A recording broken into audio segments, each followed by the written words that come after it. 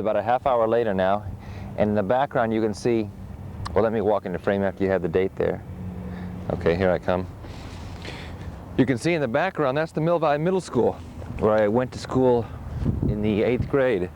When I went to school there we started in 1972, it was a brand new school, and when I graduated, as I mentioned in the tape earlier on, in 1973, we were the first graduating class. So as you can see over my left shoulder there, some nice, what kind of birds are those? Those sort of seagulls or something. Straight ahead, there's 4 buildings at the Mill Valley Middle School, and the building you can see right there, when I was there, it was called Sun School. I don't know what it's called now. The school, the big school, was divided up into 4 schools: Sea School, Sun School, Wood School, and Wind School. And each school had, I don't know, maybe a couple hundred kids. So this is where I'll talk for a bit. And let's see, it's about 10:15 now. This battery will probably run out in a minute, and this tape has about 40 minutes left. So I'll talk until this tape runs out or the battery runs out, or whichever comes second. I was going to talk about vacations now. Some of the vacations and trips that I've taken. And as I make this, I'm only 35 years old, so there's still quite a few places left to go that I really want to see. As a matter of fact, Florence and I, we're talking about a number of places we'd like to see. On top of the list are a number of countries in Europe. I've never been to Europe as I make this recording. I've never been south of Mexico. I've never been east, or I've never been west of Hawaii. Really, the only countries I've been to are in Canada, Mexico, and the United States. I've seen quite a bit of the western United States, and I'll cover some of that here. But I'm still waiting for some of the big travels to come. Africa, the Middle East, Russia. Okay, in the 60s, most of the trips that I remember taking, certainly I was a youngster then, and most of the trips that I took were with my parents. Salinas and Santa Fe were the places I remember going to the most, since that's where our grandparents were, and I talked about that earlier on. My grandparents lived in Salinas, which was about 2 hours north of San Luis Obispo and about 2 hours south of San Francisco. So from wherever I was usually growing up, it was about a 2-hour drive or 2.5-hour bus ride. And I do remember taking the bus quite a few times from San Francisco to Salinas. In 1964, I think the summer of '64, Dad and Mom and Kirk and myself, there were just 4 of us in the family, that was before Marisa, we took a trip to Mexico, where my dad studied in San Miguel de Allende for 1 summer in art. And I don't remember specific things about that. I have vivid memories. I can remember this dirty old pool with algae that we swam in. I can remember, this is the famous story I always remember, is this cafeteria that they had. A bunny rabbit, for whatever reason, came inside, or got inside, and was running around on the floor. And the Mexican kids, they'd run and they'd chase that bunny rabbit, and they'd grab him up by the ears, and they'd hold him up by the ears. And then they'd let him go, and he'd run around, and they'd grab him by the ears. It's a strange thing to remember, but that's one of my few specific memories of there. I remember once I stole some candy also from some store, and when my father found out that I stole this candy, or my mother found out that I stole this candy, they made me take it back to the store. I don't remember if we took it back to the store, we gave it to the police or whatever, but anyway, I had to take it back, and I was petrified that they were going to arrest me and put me in jail, and that I would never leave Mexico. I'd be in Mexican jail for the rest of my life. Our car got broken into one night. I vaguely remember that. Aside from those memories, my mother told me I got lost once. I don't remember that very well. She said I got lost walking around the streets, and they couldn't find me. It's cold here. Should put on my gloves. Do I have my gloves here? I do. In 1968, we took, this was the summer after Marisa was born. Maybe it was 67. Marisa was born in 67. Marisa was born in 66, so this would have been the summer of 67. We took a car trip around the Southwest. I can remember quite a few things about that. Again, not real specific, but images. We went to quite a few of the monuments in Utah, in Arizona, New Mexico. And I guess we went into Colorado just a little bit. I remember specifically going to Arches. I don't know how I always remember that, but I remember going to Arches. If we went to the Grand Canyon, I don't remember that. Another big one. We went as far as Wyoming. We went to It's called Yellowstone Park. Yellowstone Park, and I remember that pretty well. I can remember waiting for Old Faithful to go up, and it was pretty faithful. We saw it go up. There was another one called Old Grand, or Old Grand, Grand Faithful, one of the biggest ones. It's not as reliable, and I can remember waiting for a couple of hours for that one to go off late into the night, and it never did, and we gave up on that one. I can remember a couple of times when bears were running around the park, and the sirens would come on like, woo, woo, woo, like bear alert, bear alert, when a bear would be on the run through a campground. The smelly sulfur pots stick out of my mind. That same summer, I guess we went camping with the Gonzalez family, because I remember going with Uncle Lloyd's kids and Aunt Pat and Uncle Ed's kids. And what we would do, we would put, this is one specific thing I remember about that trip, we took these aluminum cans, or they were metal cans back then, they didn't have, this was before aluminum cans, metal soda cans, or beer cans, and we'd smash our feet down. You see my foot there? We'd smash them on this part of the boot, and we'd walk on them, like clunk, clunk, clunk, clunk, clunk. And if we really got slick, our feet were, my foot was a lot smaller then, and it's a little bit wider now, but I had small little feet. You can put a can up on front and a can on the back, and we did it on both feet, and we go clunk, clunk, clunk, clunk, like robots. Again, how I remember something as ridiculous as that, I don't know. In 1972, when I was going to this school right here, we took a very memorable camping trip. This was the first time I went to Yosemite. The 8th grade class that I was in, which again was a combination 6th, 7th, and 8th grade class, we went to Yosemite in September of 1972 and spent the week there. Hiking, doing a lot of science projects, science reading. That was the focus of the trip, and that it was done through school. We did it with the theme of science and natural history. And that was a terrific trip, and that was my introduction to Yosemite. Oh, in the late 60s, I think my grandfather talked about this on one of his tapes, the Amyx family bought the piece of property we have up in Georgetown, the 40 acres, which is outside of Georgetown. And I can remember going there quite a bit. When my parents got divorced and my father was living in Morro Bay, on holidays, 3-day weekends, or vacations, he would pick us up in Mill Valley, and we would drive on up past Auburn and go camping at Georgetown, at the property in Georgetown. This we did countless times, and as the years have gone by, it's become a rather special place for the Amyx family to get together. Nothing compared to what the Gascons have in Guadalajara or in Arandas with their ranch, but on a much smaller scale and perhaps a more intimate scale. The property has become a big part of my life, as well as I believe it has for a number of the other Amyx and Bruin relatives. In 1972, the summer of 1972, Kirk and I took a big trip with my father, who had been in Europe for most of the school year of 71 through 72. We flew out to Boston from California in, I think it was July or August. And my father came back on a boat or a car, I can't remember which one, but either way he bought a Fiat, a little green 72 Fiat that did in fact come on a boat, and he picked us up at the Boston airport, and we drove in that little 72 Fiat from Boston to New York,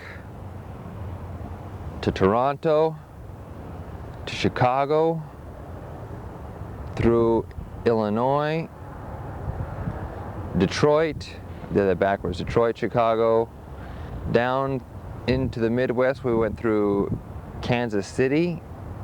I don't remember going through St. Louis. And from Kansas City we went on through New Mexico, Arizona, and then back on home. And that was a long, long trip, and I kind of wish I had better memories of it aside from just certain cities. We went to a baseball game. We went to see the New York Mets play when we were in New York, and we also went to see the Kansas City Royals play going through Kansas City. Those two things I do remember. In New York, we certainly saw the big tourist sites, the Empire State Building, Statue of Liberty. And I can remember coming out of Grand Central Station, I guess is what their train station is called. You come out of Grand Central Station, you come up, And right above Grand Central Station is Madison Square Garden, where the New York Knicks and the New York Rangers play. And to me, that was mind-boggling, that this huge train station was underneath a huge basketball stadium. I remember that, and I remember sirens all night long, and thousands of people. To me, it was the first time I'd ever seen a big city. You know, San Francisco really had, up until that time, had been the only city I'd seen before, and to me, it was nothing compared to the scale and the mass of cars and people that were in New York. In 1977, I went to Hawaii with my father. My dad gave me, I guess you call it, a graduation present from high school. When I graduated from high school in 1977, he took me to Hawaii. And we spent a week there on the islands of Oahu, Kauai, and a little bit on Maui. And most of the time we spent, at least on Kauai and parts of Oahu. No, Oahu we stayed with his cousin Carol Gunn. But when we were on Kauai, we did a lot of camping, and my most clear memory of camping in Kauai were all the mosquitoes that attacked us. I went again to Hawaii in 1982 with Lisa. This was when Lisa and I got married in 1982. We went there for a honeymoon, and that was the second time, and I haven't been back to Hawaii since then. And we did a lot of the same things that I did with my father, pretty much cover the same islands as well. During the 70s, more like later 70s, this was a little bit after I was out of high school, the later 70s and all through the 80s and up until now, I spent a number of weekends during the winter going skiing. Not to the extent that I've become a pro or was a big ski, what do you call those guys that ski a lot? The girls are ski bunnies, the ski animals. I don't know. I was never a fanatic, although I loved to ski. And when I was living in Morro Bay, up here in the Bay Area, we would quite often go to Tahoe, and we skied more frequently than anywhere else at Heavenly Valley, a couple times at Kirkwood, Squaw. Those are the main three that we went to. And the first time I learned how to ski was actually at a place called Plavada in, I think, 1972 or 73. I went with a group of paper boys. I used to have a paper out here in Mill Valley, and a group of paper boys earned enough credits through selling newspapers, and we went skiing. And I think Kirk went on that trip with us also. That was the first time I ever went skiing. And then I didn't ski for 4 or 5 years. Went a second time with Jeff Hockey and the Hockey family. This must have been in 1976. I think it was 76, my junior year in high school. That was the second time I went skiing. And I caught on to it pretty quickly and really enjoyed it, and did quite a bit of skiing, as I mentioned, through college. And then when I went down to live in Los Angeles, Mammoth became the place to go skiing, because Mammoth is a huge and terrific place to go skiing, but you really can't get to it from this side of the Bay Area. You have to go into Mammoth from the south side, coming from Los Angeles area. And that's where certainly they get most of their people from. In 1987, how's the look in the background? The birds are still there, and the kids are out at PE, it looks like. It's rather an overcast day. You can't even see Mount Tamalpais. And you certainly saw what the wind was like earlier as I tried to start this interview up at the top of the Golden Gate Bridge. Maybe I'll try that later on when the weather's a little better. In 1987, I took a rather memorable trip. Went to Washington, D.C. My friend Jim Slocum from L.A., who was also a friend from USC, got married with Helen Lauderdale. And along with Joe Finneran, John Griffith, a couple other fellows from USC, but those were the main two guys that I knew well. We flew out to Washington, D.C. and stayed with, who did we stay with? Joe and I stayed with a couple of friends of Helen's families. The Winklers? Harry and, no, I was going to say Harry and Sally. It's, I can't remember. But we called them Fred and Ethel Mertz, because they were kind of like the people from the old Lucy show. Anyway, we stayed with them, and I took, that was my first and only trip up until now to Washington, D.C., and I was able to see all the big sites, the monuments, the Jefferson, the Lincoln, the White House. I didn't go into the White House or the Capitol, but I saw them from the outside. We took the subway. My most memorable trip of that was the Smithsonian, the aerospace extension of the Smithsonian, where I saw Oh, I don't know what it's like now as you're seeing this video, but when I was there, they had practically every imaginable famous or historical plane of all time that was there, from the Kitty Hawk to the first shuttle that went to not the first shuttle, the first space capsule that went to the moon. John Glenn's first orbital capsule was there, as was Alan Shepard's. Yeager's plane was there, the plane that Chuck Yeager broke the sound barrier with. They had planes of Lindbergh, well, those are the ones that come to mind right away, but it was phenomenal, and I was there for probably 4 or 5 hours and could have stayed there all day had I had the time, but I was rushing to see other sites as well. 1988, I took a couple of big trips.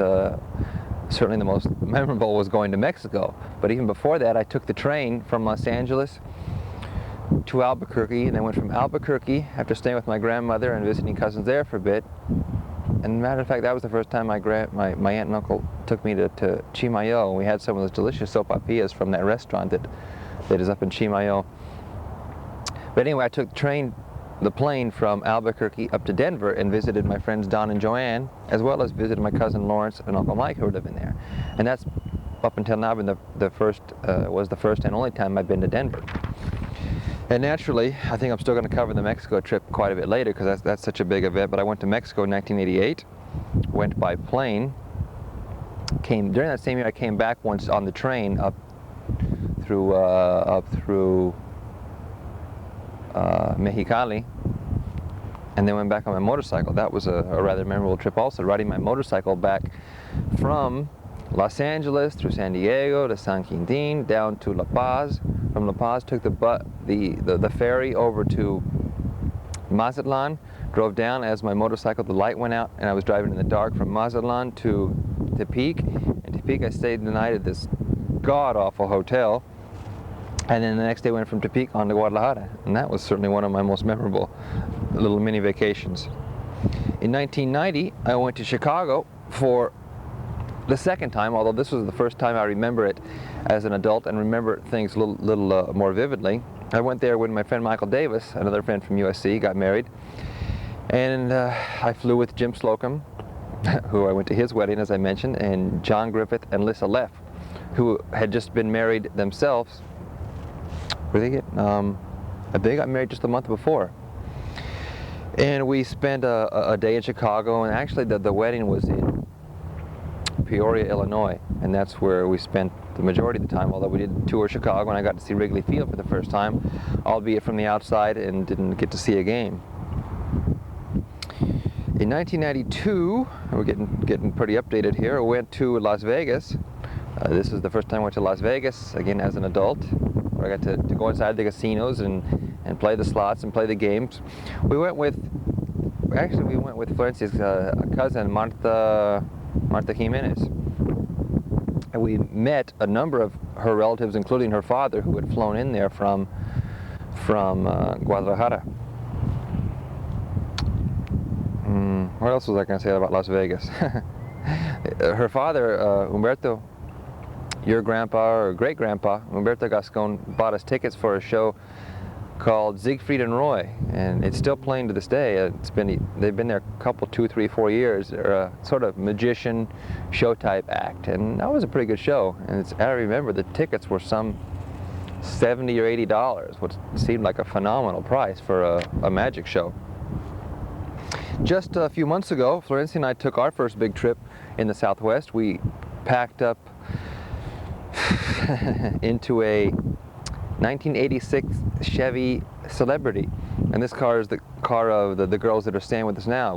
This is Cecilia, Connie, and Selena's car. We took that car because our car, the Honda Accord, which you saw earlier on this tape, that was behind me at the house, was getting old, and we didn't trust it to make that trip. So we took their car, which in turn broke down in Las Vegas on the way back, and we were stranded for a day and spent a ton of money for new tires, and for what something went out in the computer thing. I think the camera's moving around now because the wind's kicking up a little bit. Well, that covers the travels and vacation. Let's go on to another page. I can't turn this because I have my gloves on. Oh, let's talk about automobiles for a second. Automobiles I've had, automobiles I remember. When I was born, the family had my father had I don't know, the early 50s Chevrolet, I think it was. I'll have to ask him again, but I remember the pictures of it, although I don't remember it. The first car I do remember was the 59 Chevy, and to this day, the 59 Chevys have been my favorite car, partially because it was the first car I remember as a child. One, it's the 59 model, the year I was born, 1959, and two, I just liked the really cool, slick look. If you haven't seen the 59 Chevys, they're the kind that have kind of the slanty cat eyes in the back with the little fins. Some people think they really are ugly, and you know, that's arguable. But I think they're cool, and certainly they have an interesting a soft spot in my heart for those reasons I just mentioned. Not long after we had that Chevy, we bought a 1960 Volkswagen. I know my father bought it used. And we bought it either in 61 or 62, and those were the family cars for my years. I remember as a youngster. The next car we bought. I remember when we bought this. We bought a 1965 Ford.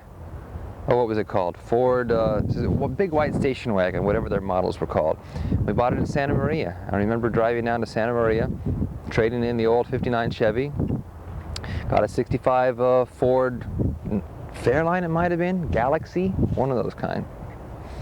We only had that car for a few years. My mother sold that car after my parents got divorced, and in 68 she bought the car that I've hated the most to this day. She bought a 68 Volkswagen hatchback. She bought it in San Luis Obispo from Fred Lugsinger Volkswagen. Again, I can remember going up there the day she bought that. I remember driving in this teeny weeny little car with two doors. We had to lift up the seat to get in the back, and there was no window that rolled down. You had a little crack to stick your head out of to breathe, and the car had no power, lousy radio, and it was ugly. And we had that car for far too many years. We had that from 68 through 1975. Gee whiz. And we got rid of that car the same year that I learned how to drive. We got rid of that, and Jim and my mom bought a 1975 Volvo station wagon. That was a little bit of car. It was a tough car to learn how to drive because I remember it was kind of difficult to go into first gear. Third and first gear when you're learning how to drive, at least in that Volvo, were real similar. And I had a tough time figuring out which was third and which was first. But that was the car I learned how to drive in. About the same time we got that 75 Volvo wagon, Jim bought a 1972 red Courier pickup, red Ford Courier pickup, and he bought it used. And that also was sort of, I wouldn't say it was my car, but it was also a car that I learned how to drive in, truck be it. But it was the car that I used the most, or the truck that I used the most as I was in high school. Jim would leave it down here at the corner. He would drive it down there in the morning. He would take the bus to work, and I would go pick it up and take it to school and have it for the afternoon to come home in. Or do errands and give all my sponge friends rides home. And that was sort of the cruising truck we had with my friends. And I think I remember I mentioned about that earlier on, about cruising with the egg fights here in Mill Valley. Kirk had an accident in that truck in 1970, either 76 or 77. He was driving in Tam Valley and got sideswiped by a drunk driver coming out of an intersection. And that was the end of the truck. That wasn't really the bad part. The unfortunate part was two of Kirk's friends were in the back of the truck, and they were thrown out. And one friend seriously hurt his finger so bad that he lost part of his little finger. And he was a friend of the family, David Manser, who we still see from time to time. And that was really a tragic thing for him. It certainly could have been worse, but it was kind of a bad accident. Kirk didn't get hurt. He was in the cab driving. After that, my father Jim bought a blue, what did he buy? A blue Datsun. This is kind of an ugly or crappy car, a Datsun type pickup. The first car I had that was my car we bought before I even had my license. We bought a month or two before I had my license. It was a 1965 Chevy Impala, white, two-door. Was it a two-door? I can't remember. I think it was a two-door. I don't have any pictures of it. It was a white with a black convertible. And from the day I bought this car to the day I sold it, some 4 months later, it was as loud as you can imagine. It had a hole in the exhaust manifold, and I never bothered fixing it. And back then, the smog checks were not as strict, and it certainly would have passed the smog as the smog requirements as they are today. I had that car for only 4 months, primarily because my parents were going to make me pay for the insurance if I wanted to keep it, and I didn't. It was kind of a complicated story because I didn't. The car was getting old. The car was old when I bought it. I bought it for $250, and even in 1975, that was nothing. That was a real small amount of money. It was getting old. It had problems, but worse than that, they were going to make me pay for my own insurance, and to pay for my own insurance, it meant I would have had to work, and I didn't want to work during the fall because I was going to play football, and playing football and working and going to school, it seemed like too much, so I sold the car for, I think, $200, and at the same time quit my job at the Sizzler so I can focus on football and school. After that, what do I have here? 75 Honda. Why does that say 75 Honda? The battery just went out, so I had to just change the battery. So here I come back now. I was going to talk about the 75 Honda, which was a motorcycle I had. In 1975, at the end of my senior year, towards the end of my senior year, after I had been working at a gas station, which was just behind you here, about a mile, it was a Chevron gas station. Right now it's a BP gas station. I bought a 1975 Honda 125 motorcycle. And it was a small little fun little thing, but I had always wanted a motorcycle. And since I turned 18 that year, and my mother finally couldn't tell me you can't have a motorcycle, which she told me no mini bikes, no motorcycle, I finally, with my own money, bought a motorcycle. And when I bought a motorcycle, she bought me a helmet. She said, wear this damn helmet. Now there's helmet laws, so you have to wear a helmet. Back then they didn't have them. The helmet law, as a matter of fact, passed just last year. In 1983 or 82 was the first year helmet laws were enforced in California. I only had that for about, no, that's not right. No, I had that thing for about 2 years. I had all the time I was in Morro Bay, and it was a fun little thing. I'd take it to Cuesta College, drive it around Morro Bay, and that was a really fun times riding that motorcycle around. And I took it with me to Los Angeles, and within a month it was stolen. And that was the end of my motorcycle there. I later, in 1988, bought a motorcycle. I bought a 1982 Honda Special, Honda Custom Special. A Honda was basically a 400 or 450. And that I drove with me to Mexico from Los Angeles, and that was my transportation while I was in Mexico for the year of 1988. And I also sold that in Mexico before I came back up. So I didn't even have that but a half a year. It was a nice motorcycle.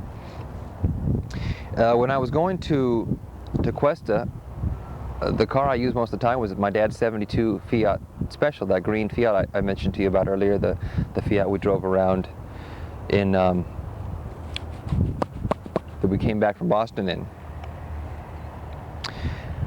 When I finished, the Fiat caught on fire. I should mention that. It had a gas leak in the carburetor, and this was 1979, my last couple months at Cuesta College before I was going to Los Angeles. It had a gas leak in the carburetor, and as I was trying to start it up once, the gas apparently hit a spark or hit a hot spot on the muffler, and poof, and I guess you could say it blew up, although it didn't blow up like you would visualize them blowing up in the movies, but a huge fireball came out from underneath the hood, and the entire engine caught on fire, and the front side of the dashboard caught on fire, and I jumped out of there and went running down the street thinking the car was going to blow up. It was a pretty scary moment. It was not the end of me, but it was the end of the 72 Fiat Spider, I think it was, or Fiat Special. Within a few months after that, I bought a very memorable car. I bought not my first car since my 65 Chevy was my first car, really, but this was the first car that I kept, and it became my car for a number of years. I bought from a woman in San Rafael for $1,200 a car that had, at that time, it had 70,000 miles on it. It was a 1972 Plymouth Duster, light baby blue with a black vinyl hardtop. And although it wasn't the coolest car in the world, I liked it. I liked the way it looked. I loved the way it drove. It was automatic, and I was kind of tired of driving stick shifts for a number of years. Automatic, it drove smooth. It had 6 cylinders. It had pretty decent power. It got okay gas mileage, anywhere from 18 to 27 miles. And did I say it was comfortable? It was comfortable. It had decent power. It had an okay cassette player. And it was very easy to work on. I didn't do all of my work on that. I didn't even do the majority of the work. I had a couple mechanics. A guy named Jim Barker in Simi Valley did a lot of work on that car. But I was able to do simple things on it. You could change the oil in that car in 10 minutes. You could change the spark plugs like that. You can get in and out of the belts. I must have changed the water pump in that thing 3 or 4 different times. I changed the radiator, because it was just so easy to get in and around of there that unlike the cars of today. And it was an old car when I got it. It was 7 years old, and I had that car from 1972. No. It was a 1972 car that I bought in 1979. I had that car for 9 years. I drove it from 1979 through practically the entire 80s until 1988, the year I went to Mexico. And that was when it finally gave out. Driving from, well, I can remember like it was yesterday, driving from Santa Cruz towards Los Gatos, passing through Los Gatos, it started doing tu-tu, tu-tu, tu-tu. And although it didn't stall, it was doing a lot of this hesitation. And I was on my way to my cousin Latricia's house, and she lived in Walnut Creek at that time. I was going to go spend the night with her and then come on over to Mill Valley. The car barely made it to Walnut Creek, and the next morning it was do. It was really jumpy, and I didn't know whether it was the carburetor, a timing chain, or what. It could have been either one of those. And I had some idiot give it a tune-up in Walnut Creek. I paid like $150 for that, and it ran okay for about an hour. And as I was on my way back over to Marin County in the car, it did the same thing. And I finally took it to a mechanic here, and they says this car needs a new engine. Pistons, engine, rings, and all that. It was just, it had it. And I was on my way to Mexico at that time and just left it sitting in the back of the house, and that's where it sat. The entire time I was away at Mexico. When I came back, Jim said, "What are you going to do with that car? Get it out of here or get it fixed?"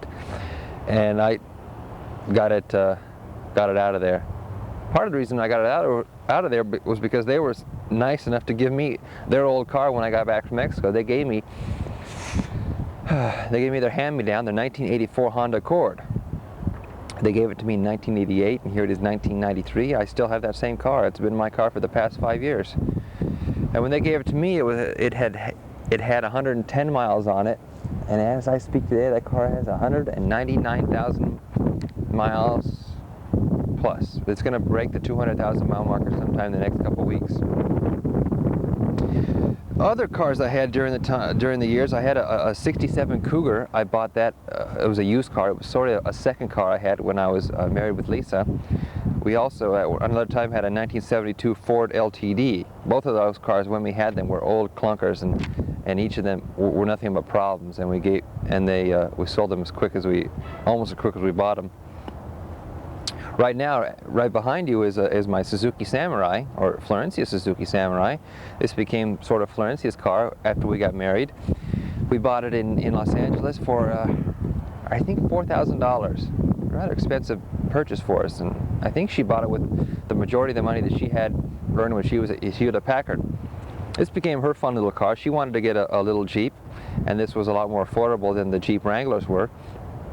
And it's been a real reliable car for us. We got married in 1990, and we bought this car only 2 months after. And we've had it for 3 years now. We've put on about 20,000 miles, and it's been a great car. And aside from regular maintenance, a couple tune-ups, it has, knock on wood, not had any problems.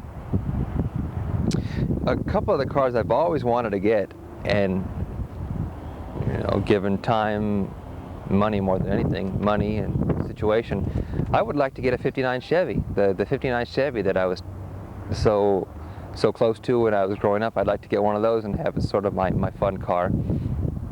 I always liked the 65 Ford Mustangs. As I was growing up, that was sort of the cool car that people had, the 65 Mustangs. Although they're very expensive now because they have become a classic. As far as new cars go, the cars of today that Florence and I have talked about getting, although they're very expensive, Pathfinders, Nissan Pathfinder, Jeep Cherokee, and the Ford, what do they call the Ford Explorers. Each of those are kind of the new station wagons of today. They don't make station wagons anymore, the ones they had when I was growing up. These sort of mini vans have taken over for the station wagons. They have smaller station wagons like Subarus, Hondas, and those are kind of nice. But Florencia really has her eyes set on one of those bigger ones, and you know, given the money, we might get one sometime in the next year or two. Right now they cost around, the cheapest you can get one is $15,000 new, and they run as high as $25,000 for a good Pathfinder equipped with everything, or the Explorers. No, you can't get for 15. No, probably 18,000, 19,000 with tax and all that malarkey. That's the car section. I went through that pretty fast. Good. Pick it up here. Moving along. I'm going to keep talking till this tape runs out. It probably has anywhere from 5 to 15 minutes left. Okay, let me mention some of the jobs I've had. As you know, as maybe I mentioned earlier, right now I am an editor. As I speak to you of this day in January 1993, my profession is editing.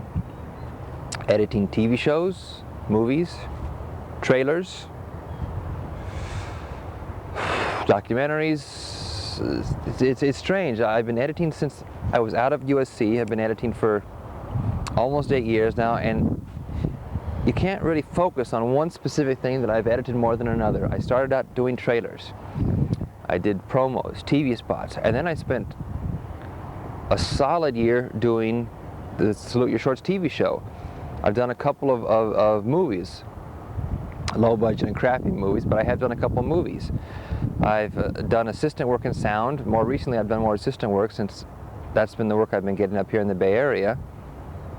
And I've done, I guess you can call them documentaries, but they're also called featurettes or press kits, where the behind the scenes, the making of. I did the making of Navy SEALs, the making of Slumber Party Massacre Part 2, the making of Dr. Giggles, horrible movie, the making of the Philadelphia Experiment. And then I did a number of assistant type jobs on the making of bigger projects, the making of Back to the Future, the making of Color Purple, the making of Jaws 4,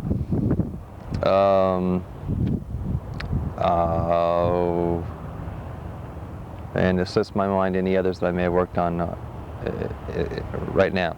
But let's go back a ways. Let me talk about my very first job I ever had. The very first job I ever had where I earned money was carrying bricks for my grandfather in Salinas. Now, I don't know if he remembers this, or if my father remembers this, or if anybody remembers this about me, but there was a time where my grandfather needed some bricks moved from one spot in his yard up in Salinas, in the San Venancio Canyon house, from one part of his property to another part. And he said, I'll give you a nickel for each brick you move from there to there. I have no idea how many I moved, but to me that was great money. If I moved 20, geez, I have a buck. And a buck for a kid I couldn't have been any more than 9 or 10 years old, that was great. And I also remember my father saying, hey, you know, you don't got to do that, Dad. They'll move those for free. And my grandfather says, yeah, but they like the money too. And I did. So I did like the money. So I moved all those bricks and made a buck or two. Aside from that, and doing garden work around the house, which for working for my father, he would pay me helping him on the house, or my mother would pay me for doing garden work or hauling trash or hauling weeds and manure and leaves. And later on I would help my dad work on his house in Morro Bay, and he compensated me for that as well. But aside from working for mom and dad or grandpa, my first job I ever had where I made money was a paper route. I delivered newspapers here in Mill Valley, in Tam Valley to be exact, for a paper called the Independent Journal. And right now they sort of changed their name and it's now called the Marin Independent Journal. And I can't remember exactly how much I made, but it was around $15, $20 a month. And every day I delivered papers. I delivered anywhere from 20 to 30 papers, depending on the size of the paper route, and earned, I guess, what amounted to not quite $1 a day when you consider I delivered the papers every day, every afternoon, except Sunday. After that I had another route for the San Francisco Examiner. They paid a little bit better, and they delivered the papers to my house that I in turn delivered around Tam Valley. I changed from the IJ to the Examiner because it was an easier route, closer to my house. They delivered the papers to my door and they paid a little more money. That one I got about $25 a month. But it was a little tougher because you had to deliver the Sunday paper, and those Sunday papers were huge, big old hunking papers. And I'd put those on my handlebars on my bike and would ride around and boom, boom, boom, boom, boom, boom, throw those around Tam Valley. When I was in high school, I'm going in chronological order here of the jobs I've had, and we'll try not to make this take too long. When I was in high school, a sophomore, I got paid $1.50 an hour cooking French fries at the cafeteria during the lunch break and lunch break and snack breaks. When I was a junior in high school, I got a job at a drugstore over here in Tiburon called the Cove, I think it was called the Cove Drug Store, and I got paid $1.75 an hour. I was a stock boy and delivery boy, delivered things around Tiburon and Strawberry. Towards the end of my junior year, the same summer, I had 3 different jobs. That one, and after that one, I went and worked at Kentucky Fried Chicken, right over here, about 2 miles away on Miller Avenue. Got paid $2 an hour. Hated that job, quit after 3 days. Went up to Corte Madera, got a job at the Sizzler as a busboy, and there they paid me $2.10 an hour and got tips. So that was a pretty good job. I only had that a couple months, and I quit that when I went back to school my senior year because, as I mentioned earlier, I wanted to play football. The following summer, or 2 summers away, actually those jobs I had were the end of my sophomore year, not the end of my junior year. The end of my junior year, I didn't work that summer. I helped around the house, did yard work to make money, and really did a lot of just driving on my car and going to the beach. The end of my senior year, I had a job here at the Chevron station. Did I mention that? I did mention that. The Chevron station right behind there. That I think I made $2.10 an hour. And I worked for Tim O'Connell, who is now a mechanic up in Green Beret, and we take our car to Tim O'Connell. When I was in Morro Bay, going to junior college in San Luis Obispo, I worked at the Sunset Drive-In, selling candy to begin with, and eventually I sold tickets at the ticket booth, and even towards the end of my stay there, I was there about a half a year, I ran the projection booth, ran the projector at the Sunset Drive-In Theater in San Luis Obispo. That was a fun time because I got to see all the movies. Not only came to the Sunset Drive-In, but we also got free passes to go to any of the movies that were around the San Luis Obispo area. My first job in Los Angeles, when I moved there in 1979, was working at the Guild Drug Store. It was a drugstore that was just a block away from where we lived in Canoga Park, and they paid me, what did they pay me there? I wrote down $3.10 an hour. I guess that's what it was. That was a so-so job. I had that job for almost a year, and that was stocking, doing stock work, working the cash register, doing deliveries also for the pharmacy. I quit that job finally because I got a real job. I got my first job working in television. I got hired by Bob Gorham to be a runner on a TV show called Soap. And not only was soap a pretty popular show back then, soap was my favorite TV show. And that was the primary reason I went and looked for a job with this company, because I thought it would be a thrill to work on a TV show. To work on any TV show when I was 21 years old would have been a thrill. But to work on my favorite show and to meet the actors and meet the cast and crew and the people behind the scenes that produced and directed the show that I enjoyed so much would have been just really a dream come true. And it happened. They hired me to be a runner, which was a gopher, and that was the job I was looking for. It was all I was qualified to do at age 21. And they paid me what to me seemed like a pretty fair amount of money for a 21-year-old who didn't